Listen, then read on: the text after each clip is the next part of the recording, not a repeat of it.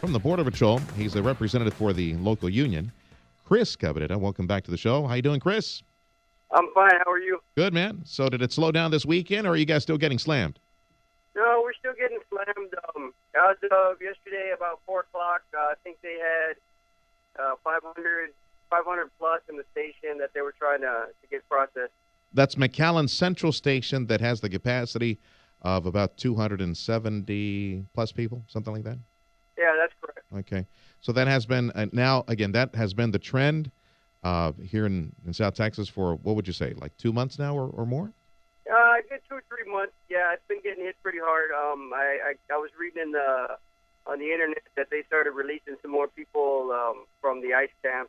Some of our guys up in the checkpoints have been reporting that they're seeing people coming through with their notices to appear, so they're already headed north with their papers since they've been released. Okay. And I can concur on the social services side that a few of the folks that are providing local shelter for these folks that are just released into the community, they're also getting slammed. So they've been seeing the increase. In fact, the past 3 months, they've seen the same number of people that they saw all of last year. What are these immigrants that are coming, where are they coming from? Is it mostly Central Americans, South Americans that are expecting to be released into the area? Yeah, mostly Central and South Americans. With the Mexicans, usually they'll get returned to their country immediately, within a few days. And with the folks from a little farther south, they release them into some of them will get released into the country. When do you start seeing the influx? Is it at the beginning of the weekend? Is it mid-weekend? How does it work? What do you guys see on the front lines? It seems to be. I mean, we get hit all week long, but the biggest rush seems to be right around Friday evening, through Sunday, sometimes Monday, and then it slows down a little bit, and then it picks right back up. Joining us on News Talk 710 KURV from the local Border Patrol Union office is Chris Cabrera. What does that do to frontline operations when you get slammed with hundreds and hundreds and hundreds of people like that? You have to call people back from the field, from the river, in order to process them over at the central processing station in McAllen? Yeah, unfortunately, that's what happens. The guys that are in the field on the front line, they get pulled back in the process, which leaves more gaps in the front line, which leads to more people coming in. Is it fair to call it gaps, though, Chris? Because there's somebody out there all the time, right? Well, most of the time, I guess we kind of disagree with management on who's out there and when they're out there. We get word straight from the guys on the front line of what's going on, and they get word from some of their managers. Some of their managers, I guess, are saying what they think the chief wants to hear, and we're getting word straight from the guys that are out there. They know who's next to them or who's not next to them. We also had an area this weekend that 106 people came through. They actually apprehended 106 people through the course of the evening, and there's no boats out there to deter. Boats are one of the biggest deterrents that the Border Patrol has, and they're not being utilized. Yeah, and it's also a safety measure in case anybody gets in trouble in the water. Exactly. One part of their mission is a search and rescue. And they're obviously in the best position to rescue someone if they're in the middle of the river. The mix of immigrants that you're seeing come right now, this latest wave that you've been seeing, is it majority OTM or is it 50-50? What would you say? It's majority OTM, a pretty good majority, maybe like a 70-30 or 60-40, but it's pretty lopsided in favor of the other than Mexican.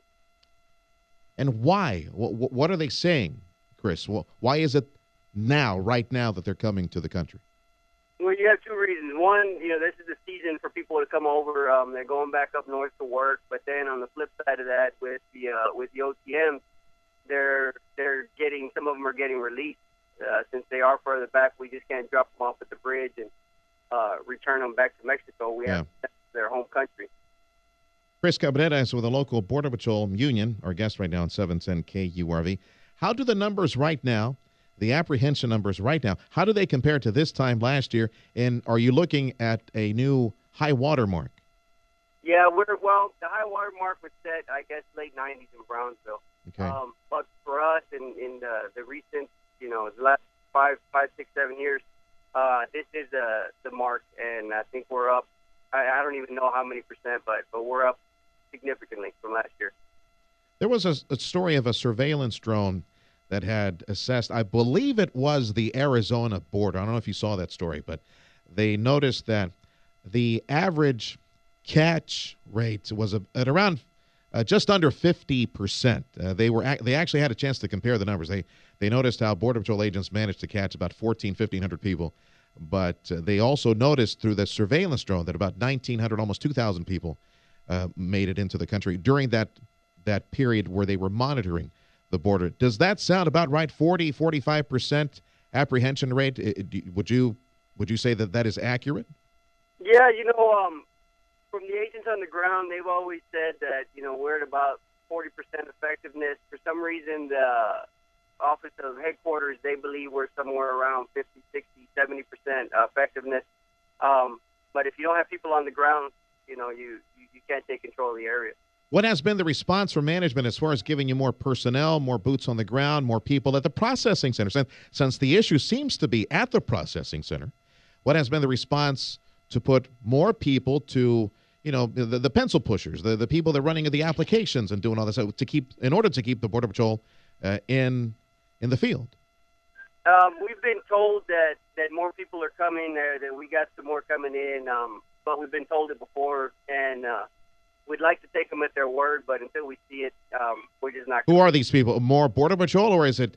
Or are they working a side angle effort, like to get DPS or maybe National Guard to come in there and just process applications for you, process these folks and get them in and out quickly, thereby allowing your colleagues to be in the field? Well, they're talking about bringing more Border Patrol in from other stations, other sectors, whether it's from the Rio Grande Valley or farther away from other sectors. But again, until we see it, we don't believe it. Do you stay in contact with other sectors across the southwest border? Have they also been seeing the same type of influx? I've talked to other union officials in different parts of the country.